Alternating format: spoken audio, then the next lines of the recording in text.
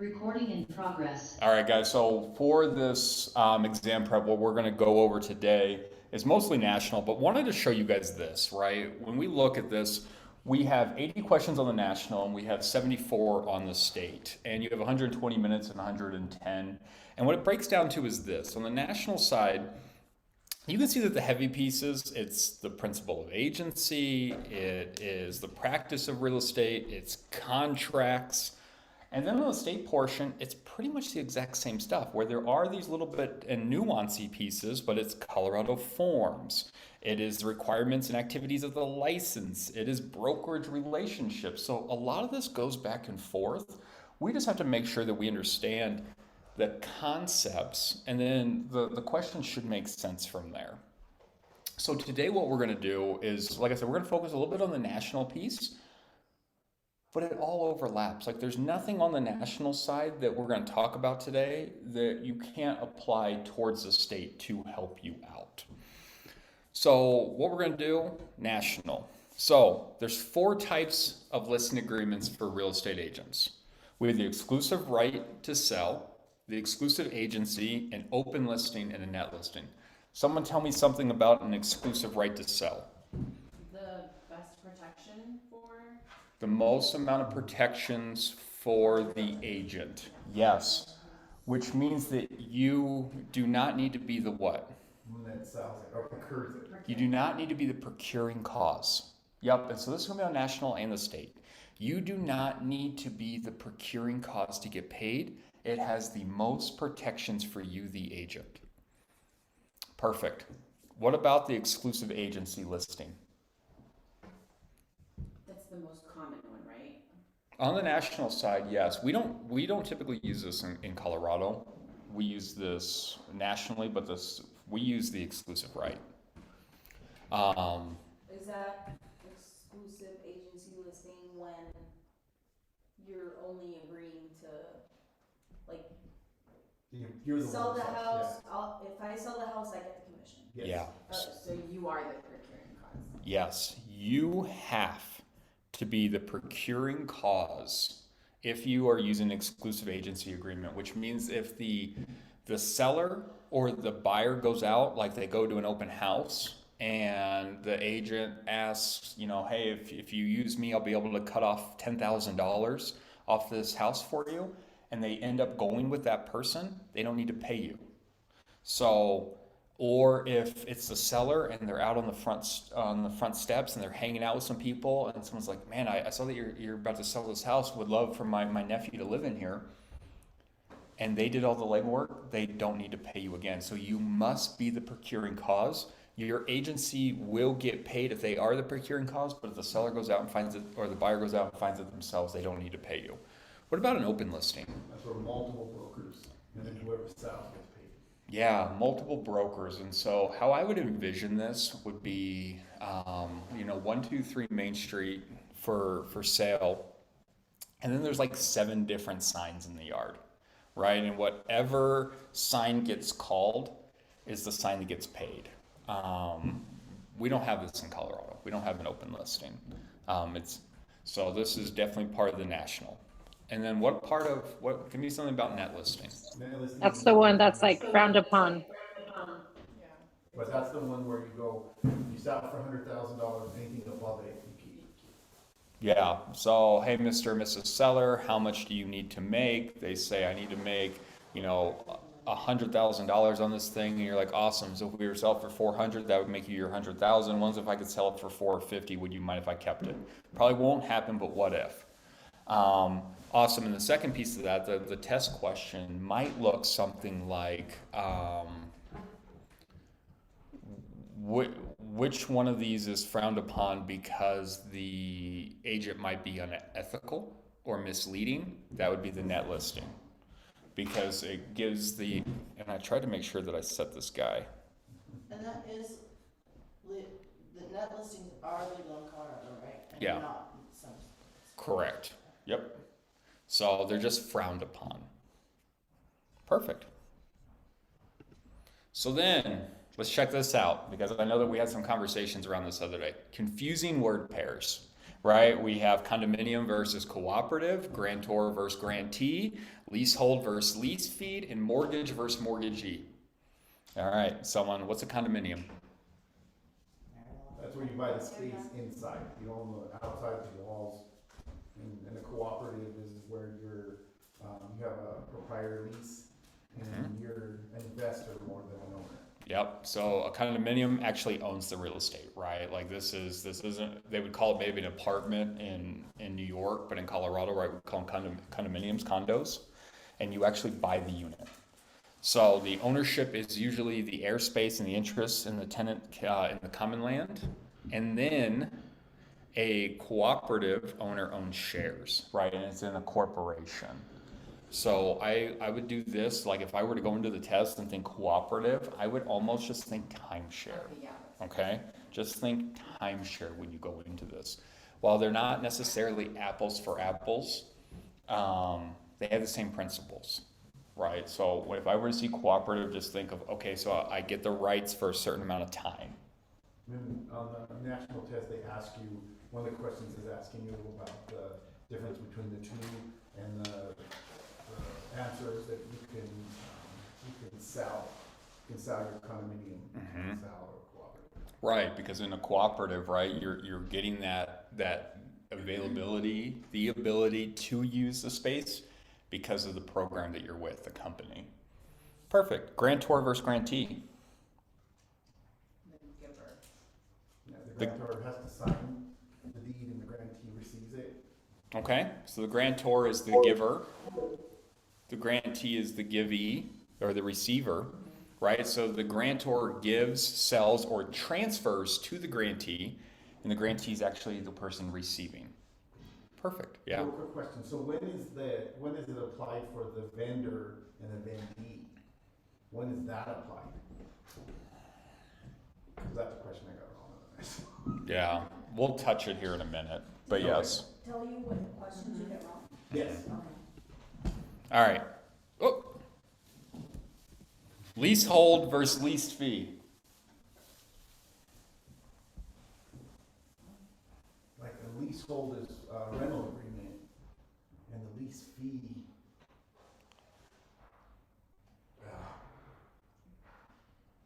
I don't think I've seen this yet, or it doesn't seem familiar. So that's when you're talking about, like a leasehold is when you're a landlord, a leasehold is a landlord, tenant agreement, and then lease fee.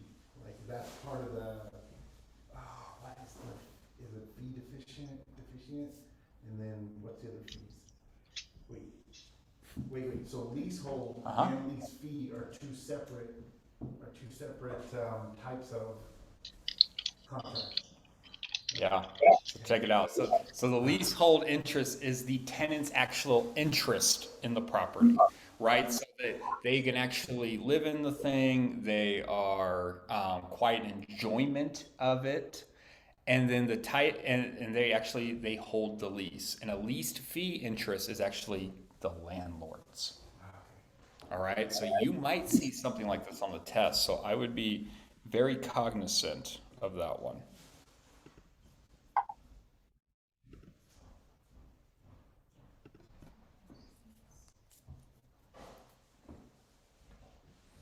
So leasehold is actually the landlord. Leased fee is the tenant, or vice versa. I'm sorry. Leasehold is the tenant. Leased fee is.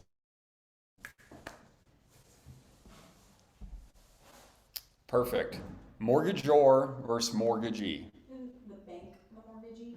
The bank is the mortgagee. Yes. So what we typically think of a mortgage is wrong, right? And so what this is that a person who wants to go buy a home goes out and finds a property and says, hey, this property is X amount of dollars. Will you loan me X amount of dollars, and I will actually put the home up as collateral. If I don't pay it, you can take the home back, right? That's that whole foreclosure process. So what we have is the mortgagor is actually the buyer. The buyer is the mortgagor or the borrower, and the mortgagee is the lender. The borrower gives a mortgage to the lender, and I don't think that it is just common knowledge that most of us think of it this way.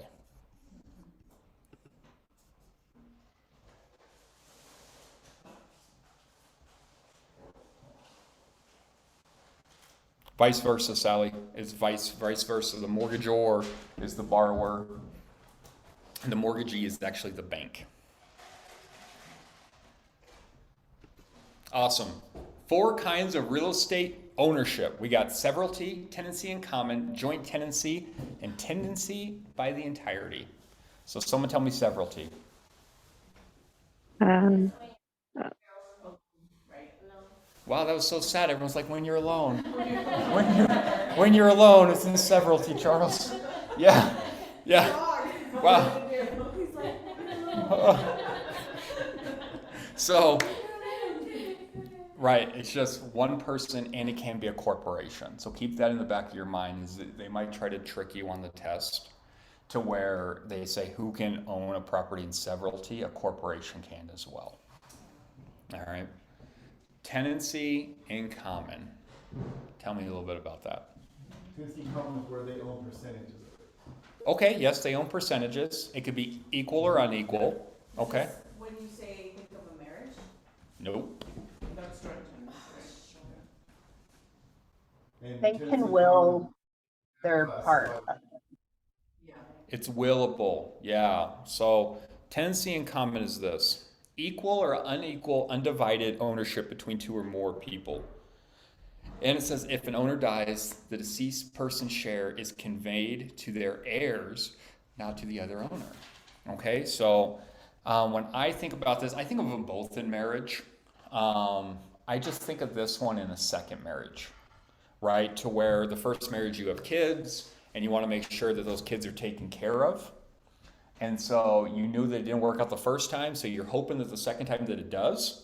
But just in case, you want to make sure that if you were to die, if you're poisoned in your sleep or whatever that looks like, that your kids are actually taken care of and they get your share of the property. All right, so let's talk about joint tenancy a little bit now. It has survivorship. Survivorship is the big piece. Yeah, it has the right of survivorship. What about some other pieces? You have to sign at the same time. Yes, you both have to actually take title over at the exact same time. Yep. Cannot be willed. It cannot be willed. Cool. You see how this space is a little bit bigger. So, as we were to go through there, we have interest. Each owner has the same interest. All owners have an undivided interest. All owners receive interest at the exact same time. All owners acquire the interest with the same deed. And then the right of survivorship, and actually I think that's how they're going to put it on your test.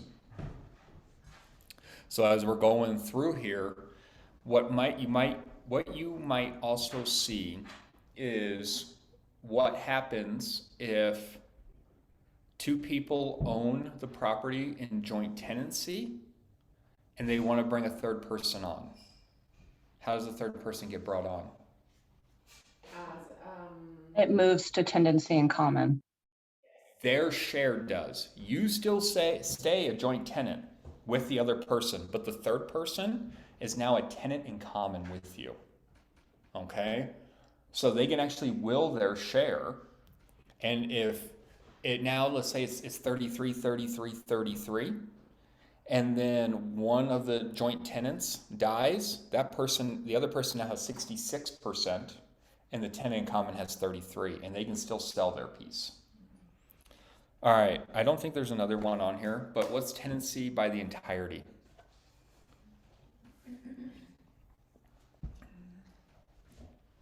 That's the one that's most restrictive, and if one of the partners dies, the other person gets 100%.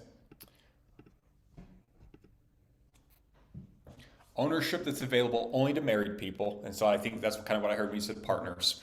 Tenancy by the entirety means that the property may not be sold without the other party's agreement, right? So the husband can't just go sell their piece. He actually needs the wife to sign off on it. The right of survivorship exists to the extent that if one spouse dies, their interest goes to the other spouse. So we don't think of it necessarily as right of survivorship.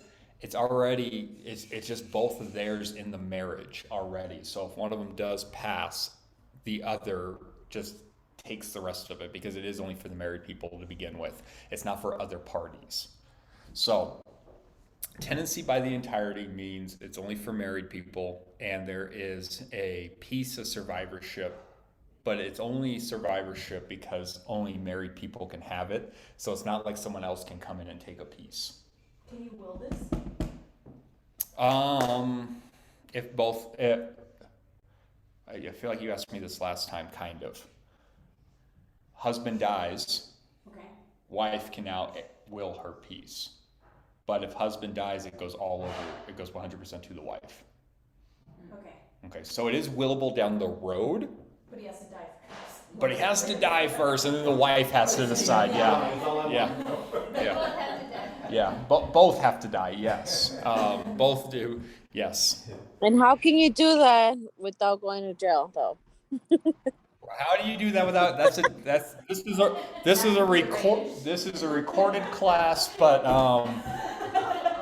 maybe, Crime shows. yeah, maybe Monday this can be the conversation. Okay, delete that part then.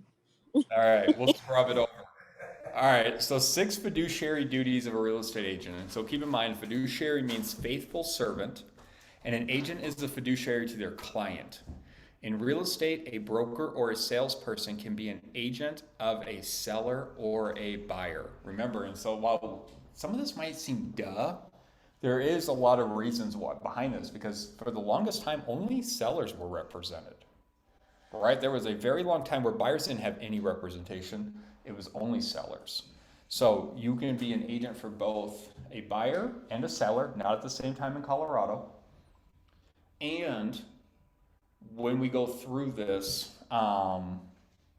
you have a fiduciary responsibility when you are working with a client. So someone tell me about accounting.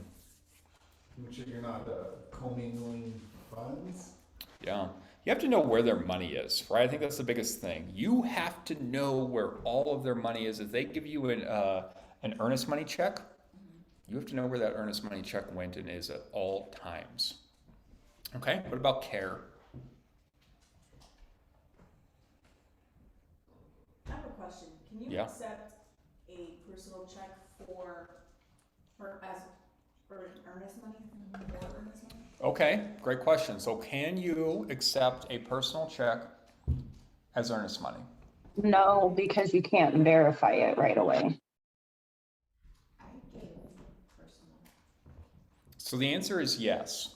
And it's yes only if it is in the contract written that that's how you are going to present the earnest money and they have accepted that you're going to present it that way.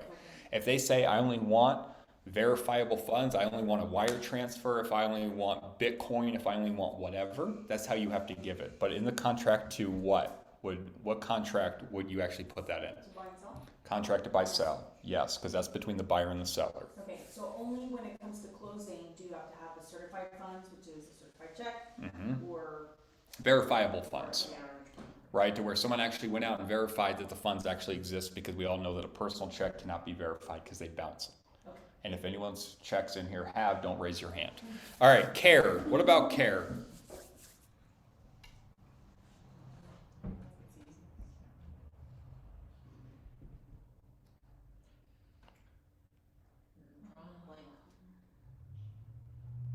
It's not a trick.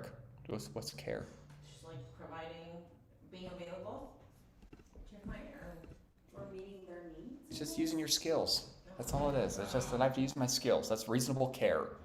That I know how to answer the phone, take a text message, send over the contract. I use reasonable care. I know how to use a lockbox, right? It's just using your skills.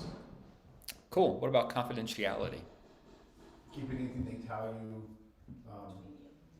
between the two, not letting it get to the other broker. Yeah, like what? Give me an example of that. The loss of employment. the seller would say, Wait, no, you didn't. I would You take have to less. disclose that. Well, she went there fast, didn't she? I was thinking. Yeah, that's- I was thinking another way around it. the seller says I would take less. Yeah. The seller said I would take less, or the buy side saying, you know what, I need to buy this house because I'm gonna be homeless if I don't get it, right? Like any motivations you have to keep confidential. So any information that would actually hurt your client, like if I was on the buy side and I disclosed to the sell side, they could make me pay more. And if I was on the sell side and I disclosed to the buy side, they might take advantage of the situation and actually pay less because of the information that I gave them. What about disclosure? Any defects to the house? Yeah, definitely. So if I am on the seller side and I understand that I heard that the buyer lost their job or that the buyer is unable to pay for the property now, I must disclose that to my client. That is a fiduciary piece. Or if I am on the buy side and maybe that I have found out that the roof leaks or that there is a break in the sewer line, that would be a material fact, and I have to actually disclose that. Perfect. What about loyalty? That everything you do is for the benefit of your client. Yeah, 100%. You put your client's needs above your own. Is what that, and not needs, I guess interest, right? Like you're going to go show them the properties that fits, that they need a 3-bedroom, 2-bath house. Like that's what you're going to show them. Even though they said that they wanted to be in Arvada and there's one in Westminster that fits their needs and you'll make more money on it, you're going to show them the Arvada one, right? Because that's in their best interest. And then what about obedience? With the dog emoji up there. Or avatar. To follow any of the requests. Yeah, as long as they're not illegal, right? That you are going to obey any lawful orders. So if you're going through and they ask you to do something illegal, obviously you're not going to do it, and hopefully you're actually going to pretty much tell them why you're not going to do it and potentially walk away at that point from that client altogether. And if you're going through and they're asking for something like, hey, will you send me these properties? Then yeah, I'm going to send it. Hey, will you communicate to the other side that I need this? Yeah, you're going to communicate that. So.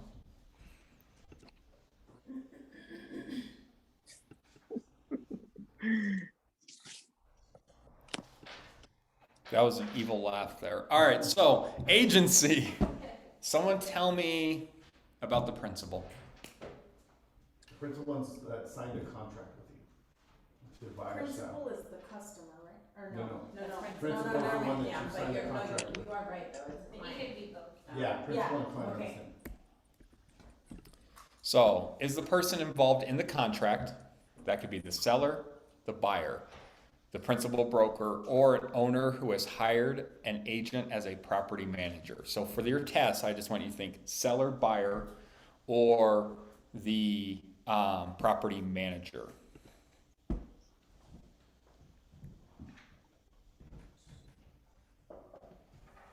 What about client?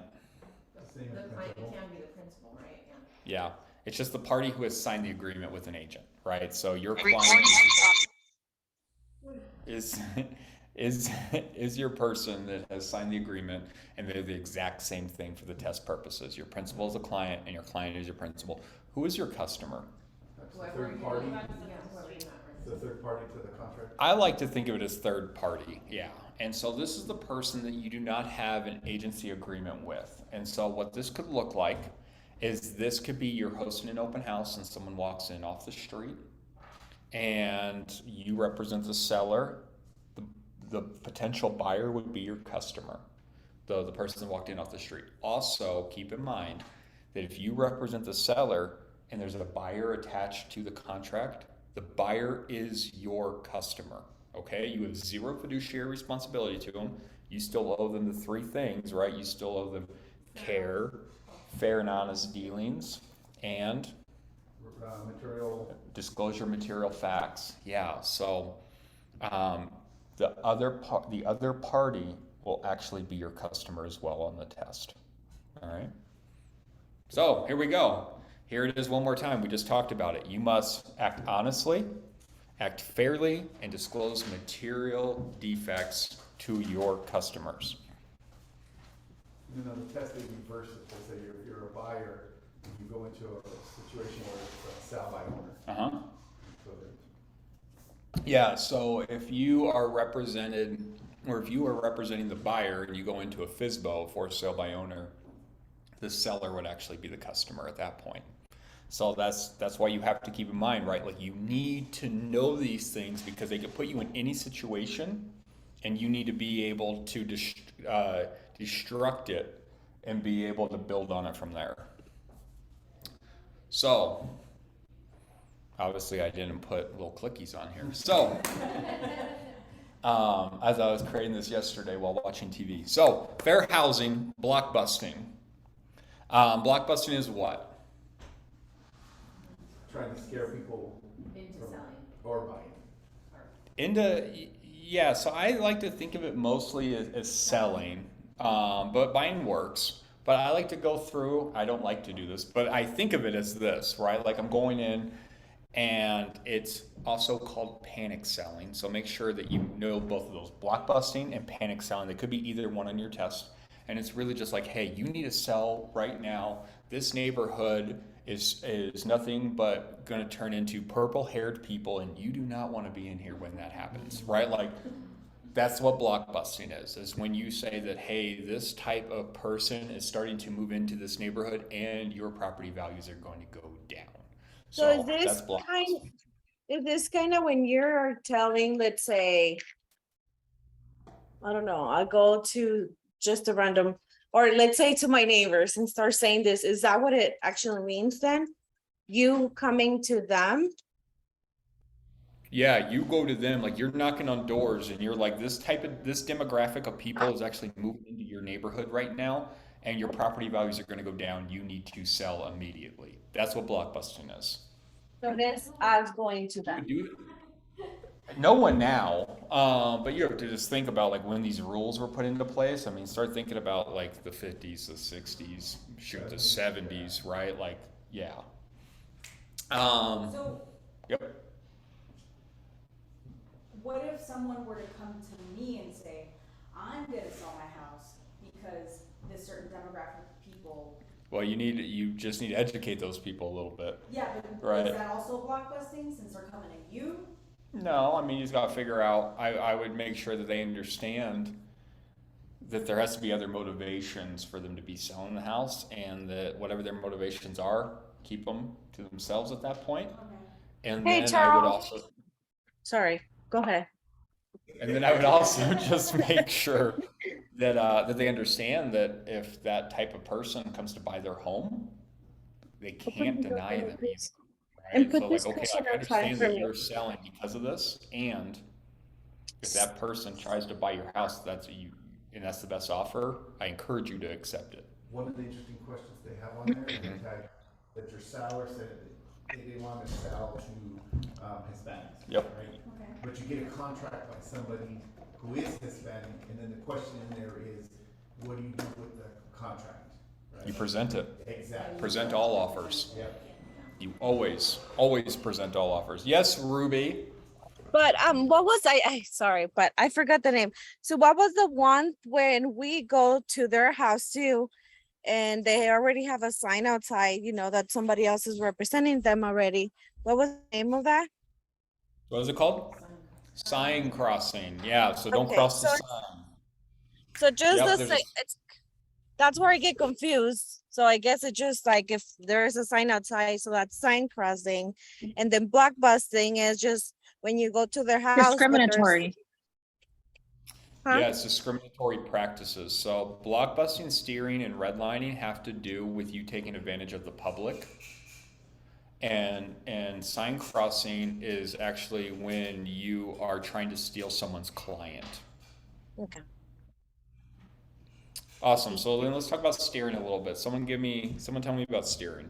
When you have a buyer who wants to purchase a home and you purposely say like, let's stay away from this area because so and so reason, like your home typically so-and-so person. Yeah. Yeah, right? And it's like, hey, that neighborhood has nothing but purple-haired people in it. We don't want to live there because you know how those people are, right? That's steering.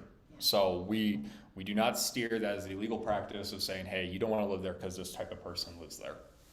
And then what about redlining? What a lot of banks used to get in trouble for too, no? Yeah. Finance lead, They won't When finance. you yeah, want- when you or want refi a finance. certain area. To a Yeah. certain- Yeah. Figuratively or literally, they actually went through and they circled a map and they said, we're not giving any mortgages in this neighborhood because the purple hair people live there and they don't take care of their properties. So we're not going to actually invest any more money. Because, right, that's an investment for a bank at that point, right? The bank is actually giving the money and they're like, our money is not safe if we put it in that neighborhood. So, and it's based off of race, right? Like that is all this is, like all three of those, that's what they boil down to.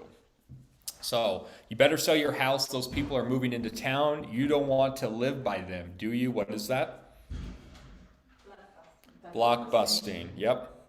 And it originally referred to the practice of making a red line on a map to delineate the area where banks would not invest is perfect.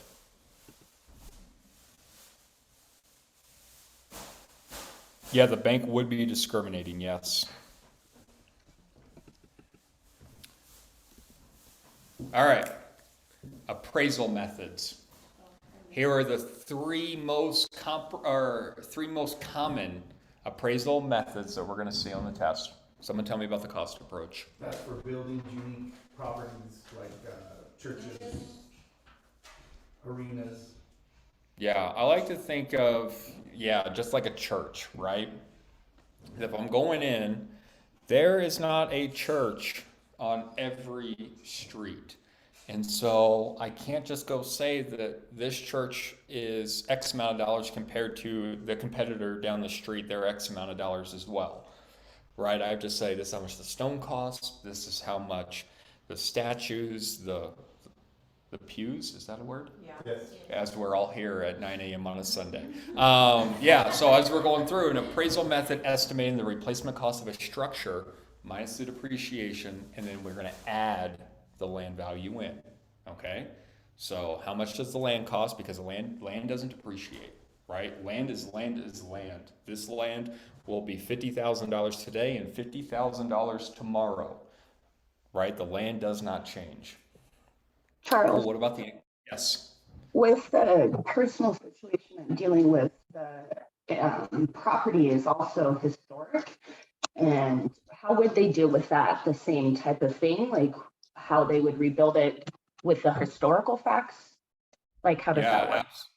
Absolutely. So if they were to go through and like it's the woodwork and the crown molding and the fish scale siding.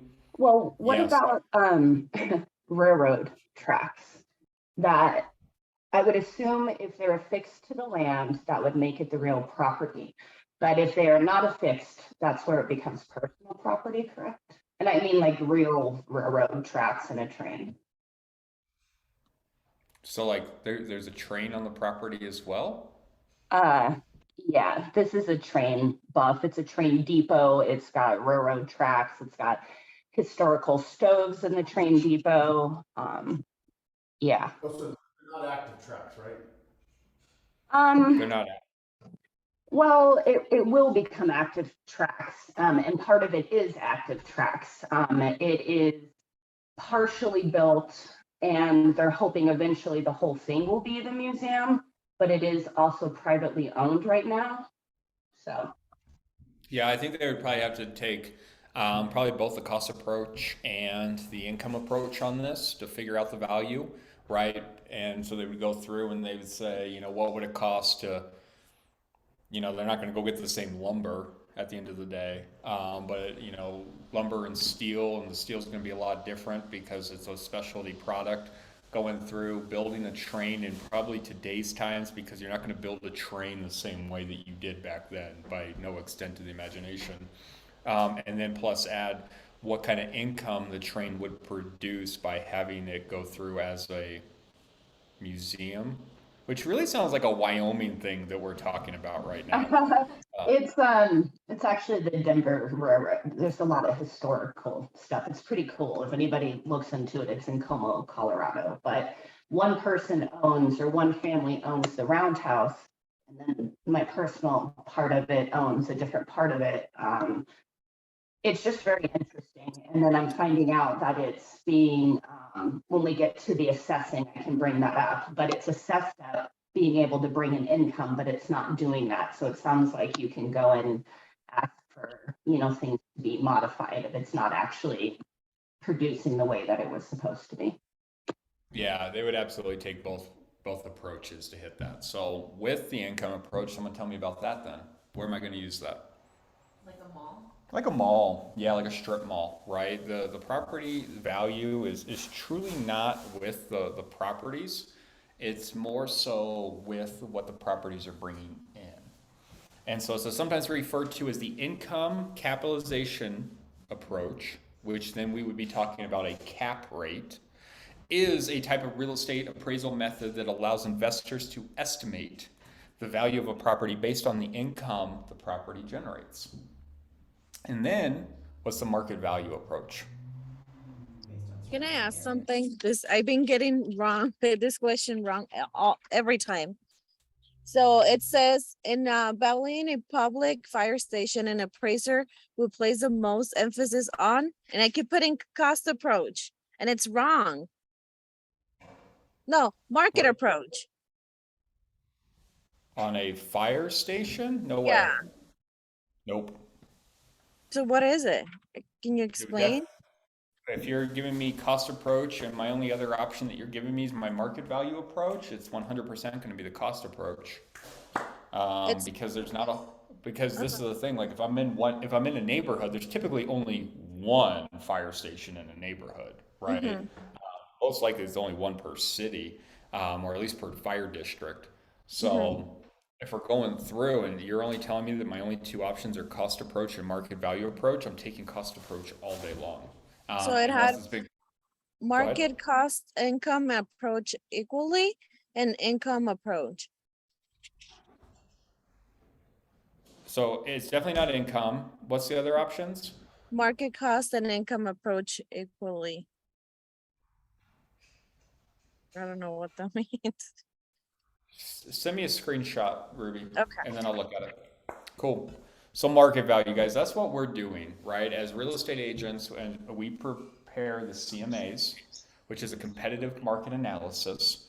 But this is for the appraisal side of things. They're just looking at all of the different properties and saying, based off of these three that have sold on the street, this is how much we think this home would go on the market for, right? This is how someone would actually pay for this house based off the other sales.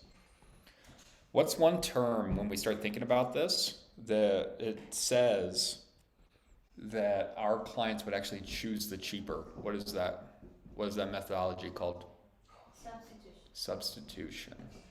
They would actually buy the cheaper of the three homes as long as they got everything that they needed out of them. So substitution might come up on your test as well. All right. 7 essential elements of a deed. We need a competent grantor. All right. Execution by the grantor, and we're going to talk about these here in a minute. We need an identifiable grantee, delivery and acceptance by the grantee. We need a legal description of the land, which is a property description. We need consideration, and we need words of conveyance. Mindy, I love that you wait till the end just to finish off the slide. That is the most millennial thing I've seen in here. All right. So we're going to talk about these on the next slide. Got our photos? Cool. All right. So someone tell me what a competent grantor looks like. Someone who can make their own decision, Okay. a deal, Someone that but can. not being forced to do it or something. Yeah, so I like to just think sane and sober. Right? So when they're going through, this isn't done at a bar. I mean, it can be done at a bar, but if they said they were drinking, then we have a incompetent grantor, right? Which then, I mean, if they're saying that they're drinking, it's probably going to be void at that point. So sane and sober, they're able to make their own, right? And they're not under any duress. So what about execution by the grantor? They need to sign? If you can follow through, or Must be signed. Good one. So they must be signed by all of the owners, right? So that's the biggest thing. So what do we pull? This may or may not be on your test, but what document do we pull to figure out who owns the properties? No, it's not. Would that be the title? It's, We're not going to pull that though. Someone might, but we're not. What? an abstract that I. No. What would we, the real estate agent, pull to figure out who owns the property? County. O&E. Ownership and encumbrances, right? We talk about E&O, which is errors and omissions. That's our insurance. But an O&E is actually the ownership and encumbrances. It says that all the liens that are on the property, as well as all the owners of the property, right? And that's why you always want to make sure that the owners are there, all the owners, all the decision makers. Because if you go to a dining room table to go get a listing agreement signed, and you find out that someone else owns the property as well, you won't be able to get a valid contract signed. I had it right in front of my face. Mm-hmm. What is an identifiable grantee? Someone who you can verify their identity? They're not using someone else's name or? Or a grantee that can afford to buy the house, meets all the qualifications of purchase. Yep, it's just the person, right? We just need to make sure that we know who the exact person is. And so what this really looks like in practice is truly going through and they say, do you go by this name? Do you go, right? Have you guys ever gone and applied for getting a loan and they want to make sure all the names that you go by? Same thing, right? They're just going through and they want to make sure that the person that is here is actually the right person. What about delivery and acceptance? What does that look like?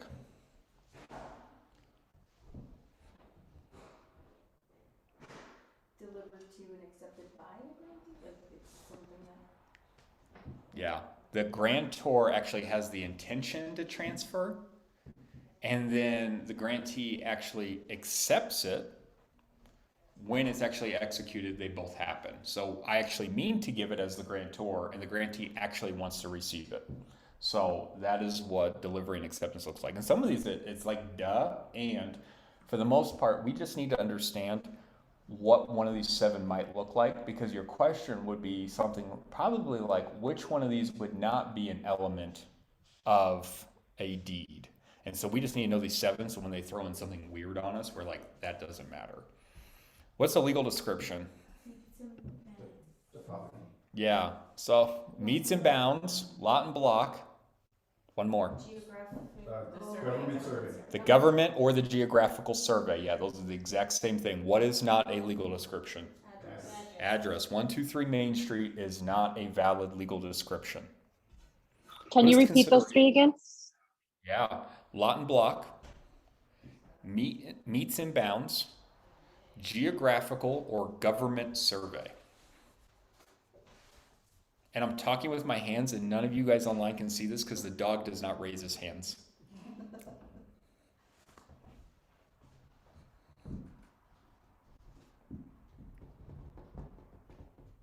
Lot and block, geographical or government survey, and meets and bounds. 123 Main Street, the property address is not a legal description. So on your test, right, you're gonna get 4 answers. And the question's probably gonna be, which one of these is not a valid legal description? Obviously the answer is the address. What's the third one? Lot and block, meets and bounds, government/geographical survey. Which is really just like if you were to look at a globe, right, and they have the lines on them. That's what that is. Cool, what's consideration? I don't know.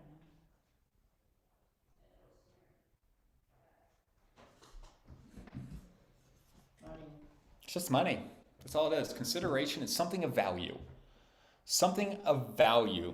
And while we think of it as money most of the times, right, it very well could be someone's giving us like 7 pigs, right? Like it could be just something of value that someone's giving us to take the property off the market, right? And so consideration could be, it could be livestock, it could be another house. Yeah, go ahead. I said it could be a train. It could be a train, yeah. If I saw value in a home, yeah, I could absolutely accept or I saw value in a train, I could absolutely be like, yes, I will take that collector train that you have that weighs 2 tons and I'll just take it home with me. What about words of conveyance?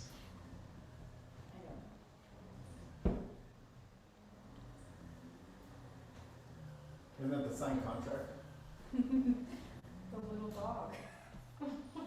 States that the seller is making a grant that conveys and transfers the warranty. All right, so this is just, hey, this is how I am giving you the deed, right? With a special warranty deed, a general warranty deed. This is the words of conveyance.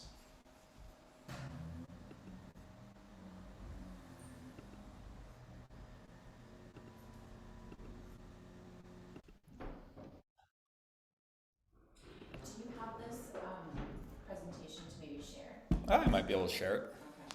All right, types of deeds. So, what? Give me general warranty deed. It's got the most protections, it's got 5, what they call, guarantees. Bundle of rights. No, bundle rights are different, but it's got 5, it's got season, it has, Says it, Why? yeah. We'll talk about it here in a minute, but you're on the right track. Yes. All right. Is that the one that's Covenants. like, I It's can got 5 guarantee this property or something from like the age of the caveman until the day I sell it or something? Like Yeah, that? so that's a general warranty deed. It is from the beginning of time, right? So the beginning of this person, this has been a house to now. Yep. So the general warranty deed offers the grantee the most protections. What about the special warranty deed? it offers 2. The special warranty deed is the one that's just from that designated time, right? Yeah. That The they time I actually owned it. From the time that the grantor owned it. Yeah, they're saying, hey, I'm saying that since I've owned this thing, I've done nothing to hurt it. Right. Yeah. So I'm guaranteeing from my home ownership. What about a quick claim? No protection. Well, there's 0 warranties. Yeah. No warranties or promises. And it's really just to convey interest, right? Like you're changing your name, you're putting on your spouse, whatever that looks like, quick claim. So I have a question. Yeah. I think this is where I get confused with deeds. Yeah. These are offered at the time of closing as well? Like when do we see a deed in a deal? Yeah. So what we just talked about, which was, what did we just talk about in the last slide? You know, the conveyance, remember, it's just the last one. The 7 essential. Yeah, elements. Oh gosh, I have it on my phone. Well, That's I what can't you're take a picture because I have doing. 40,000 pictures and those get lost. Yeah, that's my Yeah. The elements of a deed. Yeah, so the elements of a deed, like as we're going through, so very firstly, that's what this is this is the biggest piece of it.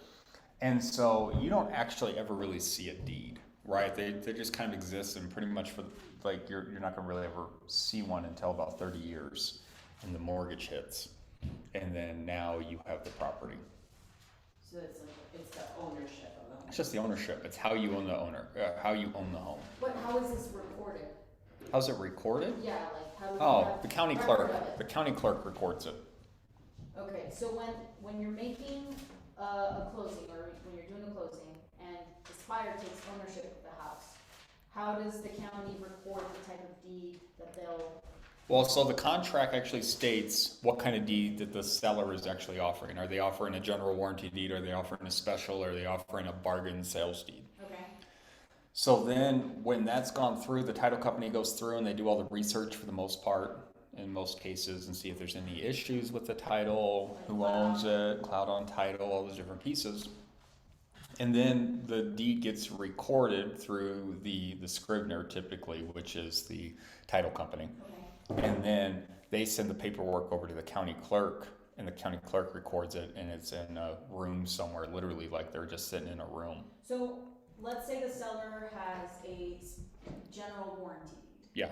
When the buyer takes ownership of the house, Well, it doesn't matter how the seller has it. The seller's conveying it however they want to. They could say, they could have a general warranty deed and they're only given a special. oh, okay. Yeah, this is what the seller, the grantor, is willing to do, right? Because let's think of like a foreclosure. That's going to be a bargain and sales deed, and they could have had a general warranty deed, and then they didn't pay their fees. Now the bank's taking their home, and the bank's only going to issue a bargain and sales deed, even though the current person has a general warranty deed on it. Okay. It's how the grantor wants to convey Okay. their protections. Okay. Cool. All right, so bargain and sales deed. Implied warranty. Yeah, it's basically we have the right to sell this, and even though we have the right to sell, we're going to make 0 guarantees. So if anyone comes up and owes money, like if you owe money because of this house, you're going to have to deal with that later down the road. We're not protecting you. Typically the bank, foreclosure, that's where I want to think of you. Think of this, courthouse steps. All right, general warranty deed. The covenant of Cezanne, right? So basically what it says is, I have the right to transfer ownership. That is what Cezanne is. Quiet enjoyment, which means no one's going to come and knock on the door and say that they own the property. I'm the owner. So if anything comes your way, I am going to protect you against encumbrances, right? And so easements and liens and any of these different pieces that come up that they said that I didn't pay, or something during my ownership or someone else's before you, I will protect you. And then further assurances, which just means if any problems come up, I will be here. Oh. So those are your four covenants that are a part of. Not that you're going to need to know for this.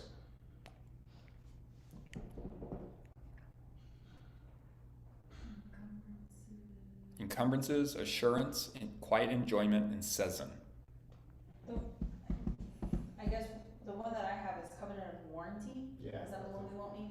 I don't think you're going to need it because it is a warranty to begin with, right? So if you just know that this is a general warranty deed, Okay. right? Like it's nothing that's going to have to pop up. Cool. All right.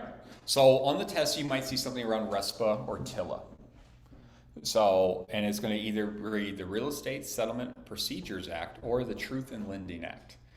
And so when we go through here, the Real Estate Settlement Procedures Act applies to the majority of purchase loans, refinances, property improvement loans, and home equity lines of credit, HELOCs.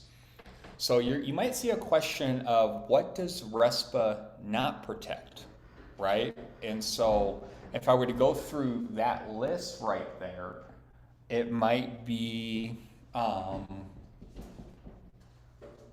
like a hard money lender.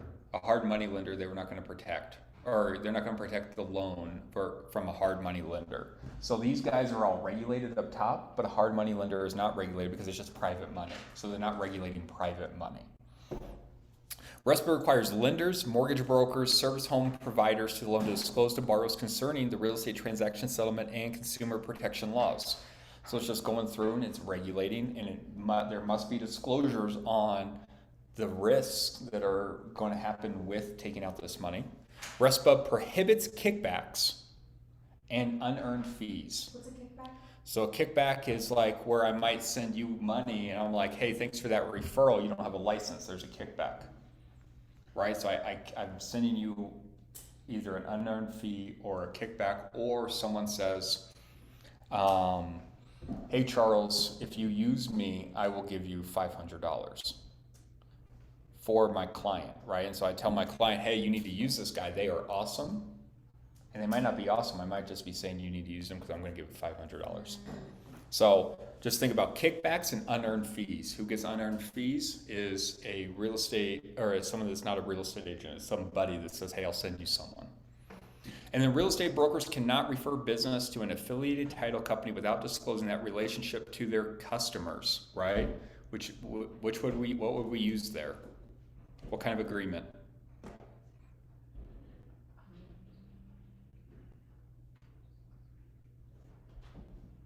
That's the question again? Transaction market? No, so if I'm going to get money because you're using maybe a title company that I own, Okay. what must I provide? Disclosure. What kind of disclosure? Starts with an A. What? Agency disclosure agreement? No. I don't know what the word is, but it means you're going to make money off of it, or you could profit from it.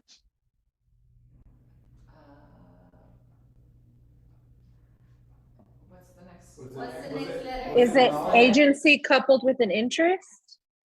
Well, it would be, no, it's an affiliated, right? So it would be an affiliated disclosure is what we would have to get. So, hey, if you use this person while they are awesome, they're also going to give me $500. Give me 1 second. We have pink ink everywhere. All right, so then we have TILA, Truth in Lending. Protects consumers in their dealings with lenders and creditors. Like it's so that they understand everything that's happening with the loan process. TILA regulates what information lenders must make known to their consumers. And Regulation Z prohibits creditors for compensating loan originators for anything other than the credit extended and for steering clients to unfavorable options for the sake of higher commission. So they can't say, oh, no, you should get this loan, because they're only saying that because they're going to make more money if you take that kind of loan. So that's what Regulation Z stops. And so Reg Z, it just standardizes what information and when a lender must give you paperwork. So here's one of them. TILA gives borrowers the right to back out of certain kinds of loans within a 3-day window. So they actually have to give you a snapshot, and you have 3 days to review it of what your loan's going to cost. And then you have another time to back out. 3 days before closing is when they have to give you, this is what the actual dollars are going to cost you. So it's a 3-day window, both before or after you have a house, 123 Main Street under contract, and 3 days before you close, or your 2-3 day windows. Is that the same thing as the rescission? The right of rescission? Yeah. Yeah, you can rescind your offer. Yeah, absolutely. Cool. All right, so let's talk about math a little bit.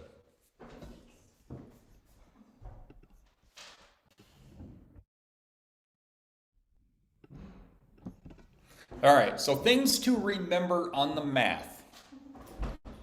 640 acres equals 1 section, and 1 section is 1 square mile. So if you were to take the number of acres and divide it by 640, you would be able to figure out how many sections are there, or the number of square miles.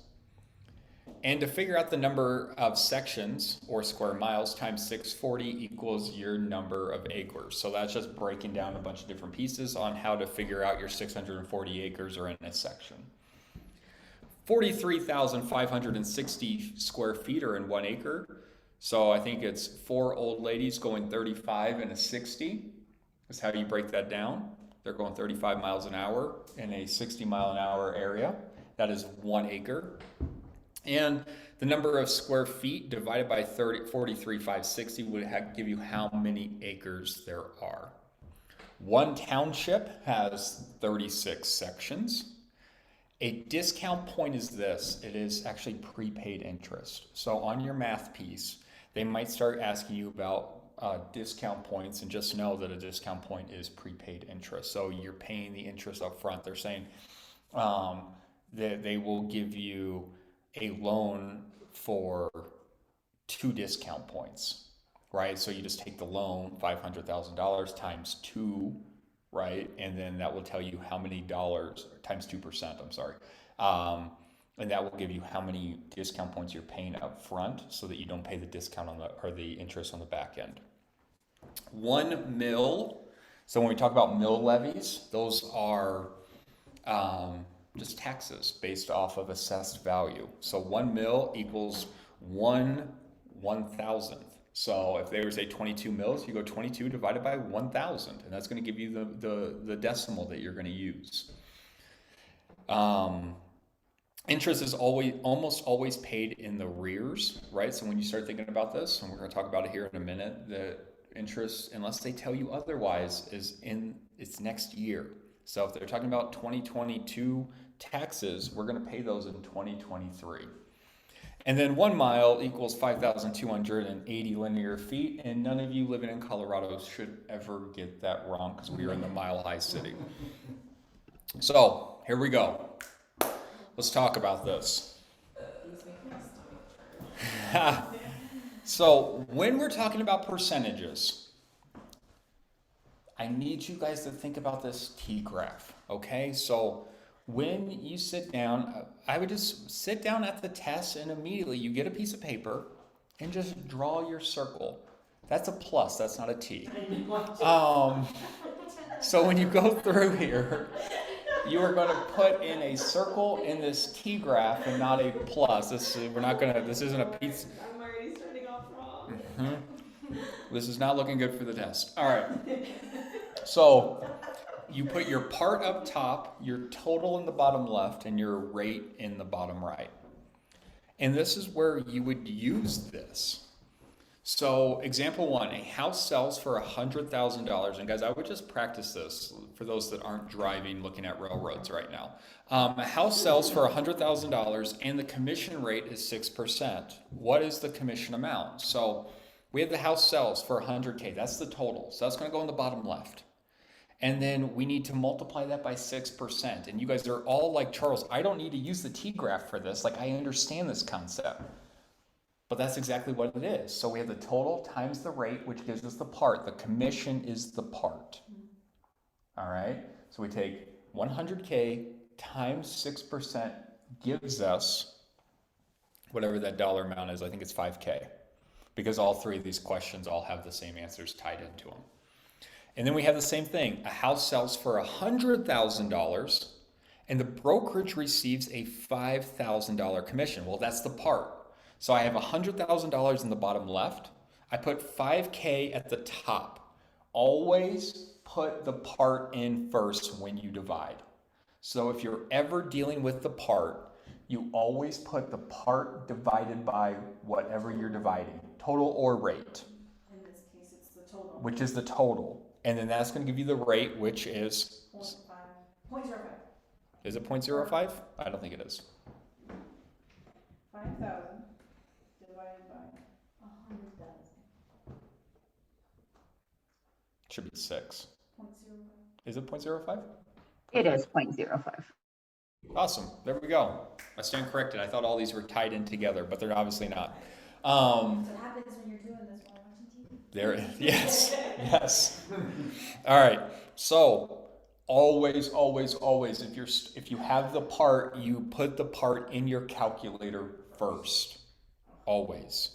And then example number 3, the brokerage receives $10,000 commission, which is the part. And the commission rate was 10%. What was the sales price of the home? 100,000. So they're all around 100,000. The numbers change. Got it. All right.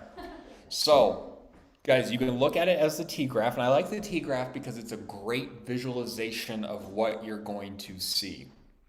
If you don't need it, right? And this is the thing. I think that a lot of you are smart enough to fail forward on this. So even if you were scrambling, you just have to know that firstly, the commission is going to be smaller than the home price, right? And then you should be able to kind of just guess through it. Like if they were to give you all 3 answers, I think that all of you were quick enough to where you could cheat through this thing and just know which number should be smaller. But this is how you do it. So I recommend that you sit down, you draw your T-graph, part total rate, and just you're going to plug it in. So prorations. So as you're going through this, my very first thing is when I'm sitting down with that piece of paper, I'm also going to go through and I'm going to put my months down.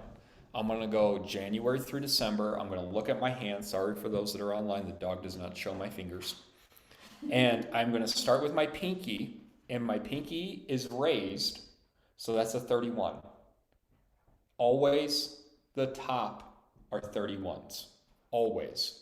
So in February, I just have to know that February is the only 28. So if I'm going from left to right on my knuckles, and my knuckles are touching, I go January, February, March, April, May, June, July, August, September, October, November, December. All the tops are 31s, and so we know that July and August are both 31. So those are going to be the only two 31s that touch. Every other one should go big, small, big, small, big, small, except for July and August. It'll be 31 back to back. So immediately, if I don't have a grasp of that, I'm going to just do it, because I know at some point they're going to make me go through and put some math in here. So then if I already have this written down and I get a question that says July 15th, I already have my 31, 28, 31, 30, 31, 30, and then I can put the 15 off to the side and do my addition from there. So what we're also looking at, these are your three questions that you need to know. Who owns the day of closing? In the state of Colorado, it's definitely the buyer, unless they tell you otherwise. National tests do the seller, unless they tell you otherwise. Then we have, is the amount based on a per month or per year? So we need to go through and we need to figure out, are they asking me, is this a monthly rate? Is this a yearly rate? Is this also a quarterly rate? And then pick out what calendar. Always use just a 365-day calendar unless they tell you otherwise. On the national, they describe it as statutory. So that's a 360, right? Yep. And for the most part, if they say statutory and you go that way, then go that way. But for the most part, what they're going to try to do is trip you up on the national, and they're just going to say 365, right? Because this whole thing is made to make money off of you.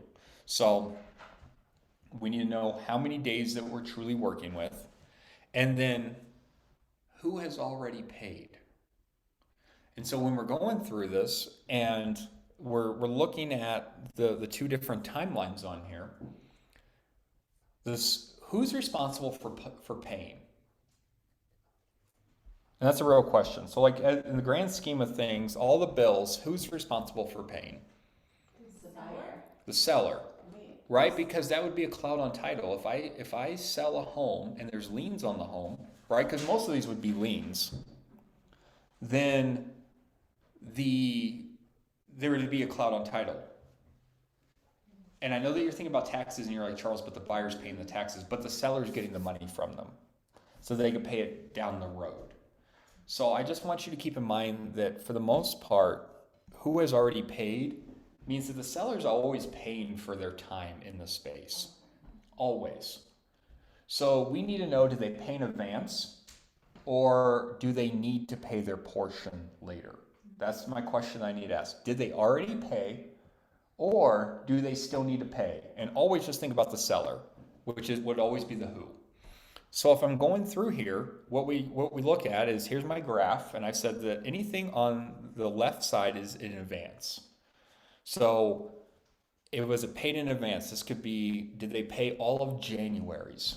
Did they pay all of the quarters? Did they pay all the year?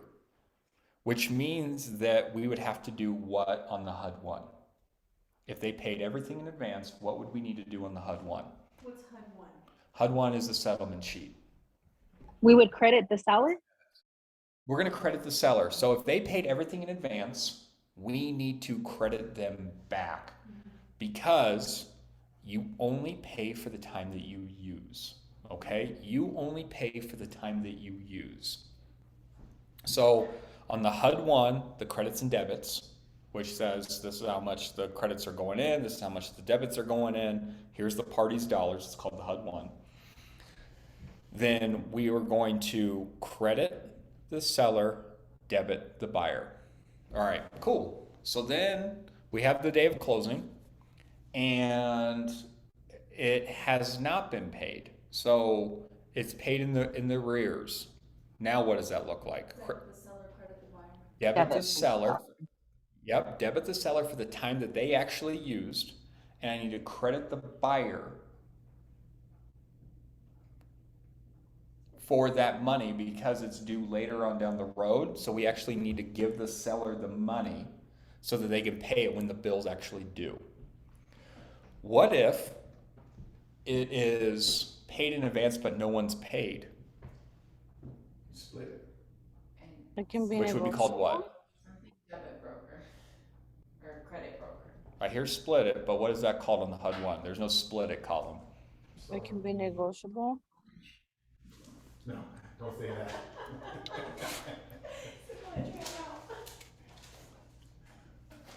That would be what? It's paid in advance but no one's paid. Yeah, you debit both. Debit both. You debit the seller, you debit the buyer, and you credit the broker. Because now the broker is going to pay the past due. We're not going to trust either party to pay at this point. We are What's an going. example of that? So this is the question that I know that I saw in the test because I took it last year. And it was a water bill paid in advance. Neither party paid. Credit who, debit who. And it was debit both parties their time that they were going to use. So debit all the water that the seller did use, debit all the water that the buyer will use, credit the broker. That is the question that I saw in the exam. It was a water question. Neither party paid. Debit both, credit buyer. What does that mean? It's all Sorry. the credit broker. It will always be the credit broker in that case. Yeah, because if it was supposed to be paid in advance and it wasn't paid, then we're actually going to take care of that. And I say broker, it could also be the title company because it's the same line item. Okay. What, Ruby? It's Rebecca, Name's but Ruby. Oh, what Rebecca, is- sorry. that's okay. So you mean like we're literally, that's part of the money they're going to give us and we're literally going to take their water bill and go pay it for them? In theory, yes. In all practicality and in the real world, no. The title company is actually going to throw it in an envelope for us and send it off. But we're the same line item. So that's all I'm saying is the broker and the title company share the same line item. We have a buyer. They can't see my hands. We have a buyer line item. We have a credit line item. And then we have a broker title company line item. So those are your three columns that you'll have.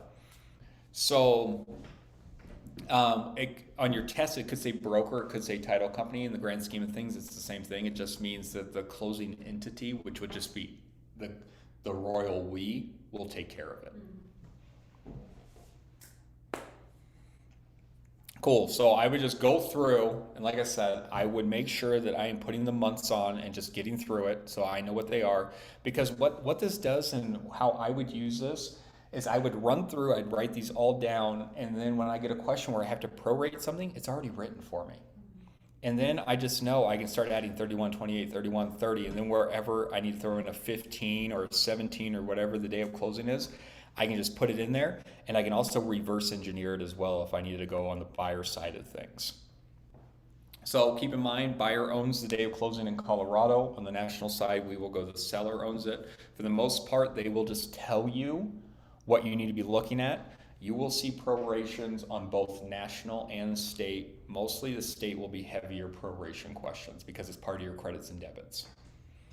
Single line entry. What's a single line entry? It's an extension of that, right, with a credit broker.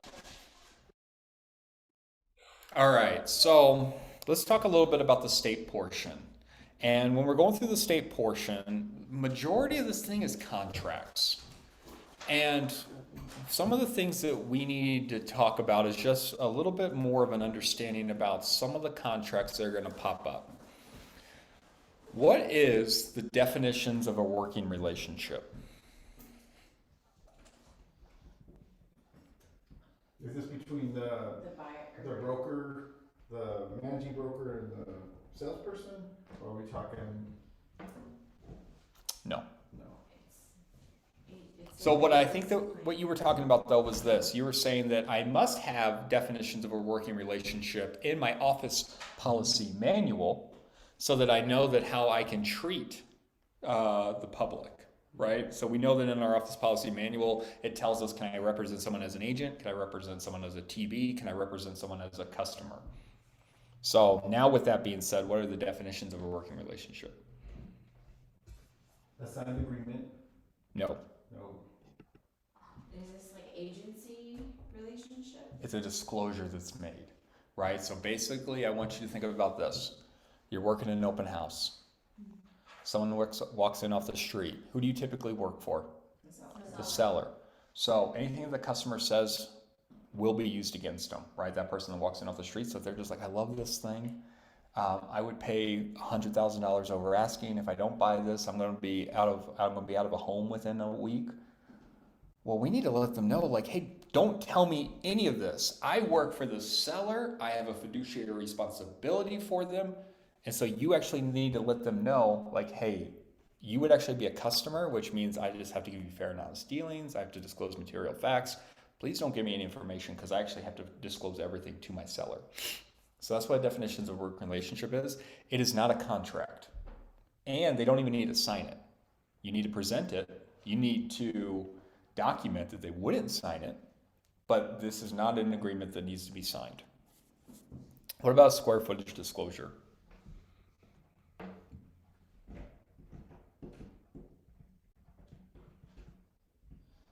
This is where when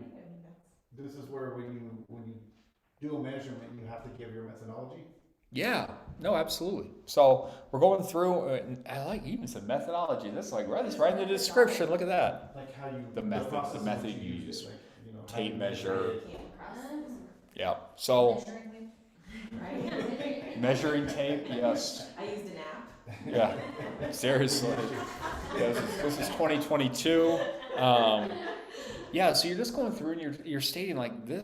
The house is 3,000 square feet. This is how I found this. If an exact measurement is important to you, please verify it on your own. Hire a professional. This is for marketing purposes only.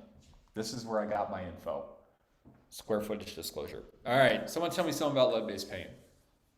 As far as the disclosure. Anything about it. 1978. 78. I was 20 years behind. Yeah. In advance. Yeah. Built before or on, right? Built before on January 1st, 1978. This is close. So that's going to be the biggest thing.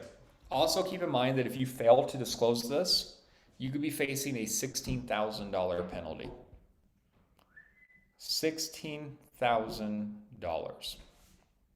So I would just keep in both of those, right? This is a federally regulated disclosure.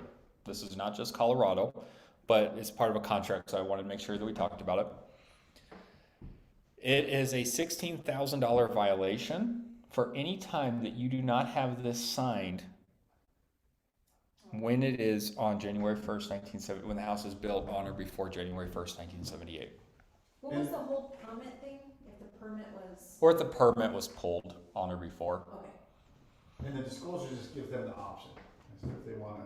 Yeah, it just lays out the option. Like, so firstly it says, does the seller know if there's lead-based paint? And has the seller done anything once they did know, right? Like, or did they not care? Because some people don't care, right? Don't eat the paint chips and you should be okay. And so they might not have done anything about it. And then the second thing is it says, buyer, do you want to get, or have you been told, and do you want to have a test done? Or do you want to waive your right? That's all it is. So it's just a disclosure. That's all this thing does. So they can waive their right. Oh, 100%. Like, guys, this is the thing. Like, probably that house right there has lead-based paint on it. Like, those are some really old-looking windows. I bet there's lead, and they've just been painted over numerous times, and it's safe, unless you go and lick it. Don't go lick people's windows. So, Well, at least not the frame. yeah, just the glass. The glass is maybe okay. Yeah, so that's the whole thing, is that it's just giving you the disclosure. It's letting you know that they either have knowledge or they don't have knowledge. What do you want to do? Do you want to know anything or not? All it does. And just know that if you fail to give this disclosure, This is a really big deal. You have a void contract. Firstly, there's a void contract if this does not happen because it's missing a legal component. But This is a legal you're stating this to the buyer. It's a document. Here's my document. I either know or I don't know about this house built on or before 1978.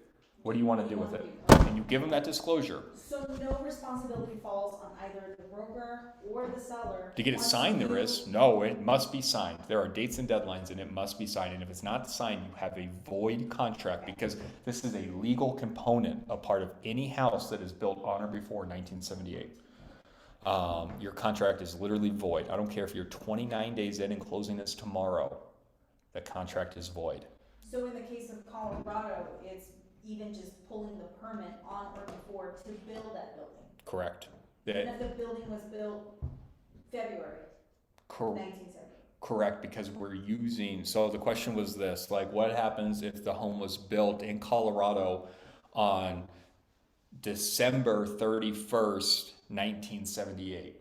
Well, if the building permits were actually pulled January 1st, 1978 or before, we're still using materials that were used when lead-based paint was around. So yes.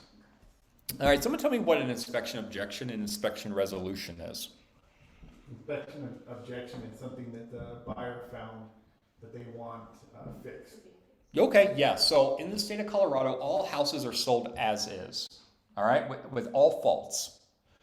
You as a buyer still have the right to go have the home inspected. And you might submit an inspection objection that says, hey, I was walking through this thing, and while I love the home still, these things weren't visible to the naked eye, but I would like you to take care of them. Cool. What's an inspection resolution? Whether the seller is going to do it or is not going to do it. It breaks down what the seller is willing to do, if anything. They could go say, go kick rocks. They could say, I will fix this, I will throw money, I will fix these 3 things, but the other 2 are on you. Whatever happens from there. So, what happens if the contract terminates after the inspection resolution? Like the seller says, I'm not doing anything. And the buyer's like, cool, termination then. Now what? Earnest money? Yes, be returned. They get the earnest money returned, right? On or before the date and deadline, which is called what? Contingency. A contingency. You guys, you're going to see contingency on the Colorado piece a lot. They're going to talk about contingency, and that is the date and deadline. So you have a contingency period, and they're broken down. They talk about mortgage contingencies. They talk about inspection contingencies. They talk about, all of them are contingencies. And basically, on or before that date, you have the right to back out and get your earnest money as long as you say that it's an inspection item and it's within that inspection item window, contingency. But if you're all the way to loan termination and you're like, no, I didn't like it because of an inspection item, you're losing your earnest money. Because it's past the date. Yep. Who comes up with the dates? Mutual agreement in the contract to buy sell. Okay? So it's a mutually agreed upon. If you change the date, you have to. What do you do? It's an amendment. I'm making an amendment to our contract, which is just like I'm pushing a date, right? Both parties still have to agree to it, buyer and seller. Those are the parties to the contract. But if we're just going to change something small, it's an amendment. Yep. And when you're signing on the contract to buy and sell, this is when you present these disclosures as well for them to sign or waiver off? Like, for example, the lead-based paint disclosure? Yeah, so lead-based paint disclosure, great question. So it actually has a contingency period attached to it. So there's actually, like, you can actually say, we'll give you this paperwork 15 days down the road if you wanted to, which is cool because before they had to be presented at the same time up until this year. Now we have a date that we can say 5 days down the road, 7 days down the road, and people still screw up. It's just mind-boggling. So, yeah, so square footage disclosure, we'll get you all that information 7 days down the road. Inspection objection, you set that down the road as well, typically 7 to 14 days, somewhere in there. Don't write that down for your test. It does not matter. You pick it. So, closing and settlement, right? We just talked about this. We're going to see some little variations about this. For the most part, it's credits and debits, but let's go over this. So, responsibilities for the accuracy of the statements. Guys, the broker. At the end of the day, it's the broker. Pretty much all these boil down to the broker. So, you actually have to go through and you are responsible for the accuracy of the paperwork and the money. Okay, that HUD 1, all the money going in and out, you are responsible that those numbers are correct. And then ensuring that the closing statements match the instructions, the closing instructions. So a closing instruction is this. It's basically the rules of engagement from the closing entity. So if I hire a title company and they're working for the seller and the buyer, typically they work for the seller and they're handling the seller and the buyer. It actually says what they are going to do in the process. So when we're going through this, we engage a title company and the closing instructions say exactly what will happen during the closing. Keep this in mind. I just want you to know responsibilities, right? We all have responsibilities. Whatever if you're the agent, you're responsible, but we hire what's called a scrivener. The scrivener is the title company. We're not paying them for accuracy. We are paying them to write. That is all we're paying them to do, is document for us. We're still responsible. They are not on the line whatsoever if we screw up. And when I say we, if they screw up, we're the ones getting sued, not them. So, and I truly mean like dollars, right? If they go through, because this is right, we're talking about closing and settlement. So on that HUD 1, if they credit the wrong person, and we were like, cool, looks good, and we sign off on it, because we sign off on it in the closing table, and we sign off on it, we're the ones getting sued because all we didn't pay them for accuracy, we paid them to complete it. Now, in the grand scheme of things, they're going to get it right. Very seldomly do I ever see them get it wrong, but it does happen. Do you still review this yourself? You should. Always. Yes. So you should, yeah, because I mean, you could get sued over it. Yes.